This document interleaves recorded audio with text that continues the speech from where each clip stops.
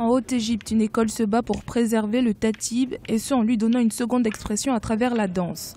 Art martial, le tatib l'est en réalité dans sa première expression puisqu'il a été inventé et codifié pour exercer au combat les soldats royaux de l'ancienne Égypte à l'aide d'un bâton. Puis au fil des siècles, les paysans et les bergers s'approprient cette pratique militaire pour la transformer en jeu de défi et en activité festive accompagnée de danse et de musique traditionnelle dans les villages de la vallée du Nil.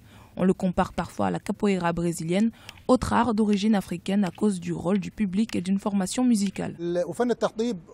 L'art de tartib est le plus ancien art martial de l'histoire. Dans l'Égypte ancienne, le bâton était en papyrus, ensuite il a été fait en shamrock, un bâton épais qui peut blesser ou tuer. Il y a longtemps, ce jeu était violent et il y a environ 60 ou 70 ans, c'était semblable à celui des jeux de combat car c'était l'époque où démontrer sa virilité en tant qu'homme était primordial.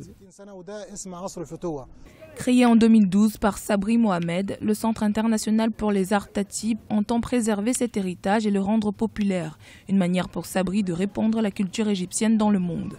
Le centre de Sabri propose des cours gratuits pour les personnes désireuses d'apprendre cet ancien art martial. Cependant, il a du mal à trouver des enseignants disponibles pour répondre à la forte demande.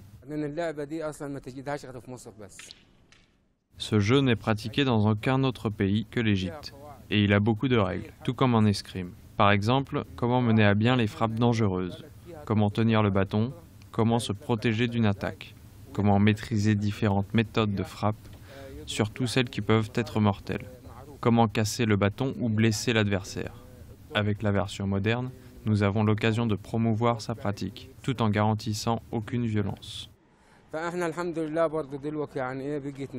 La version moderne du tatib a été inscrite en 2016 sur la liste représentative du patrimoine culturel immatériel de l'humanité de l'UNESCO.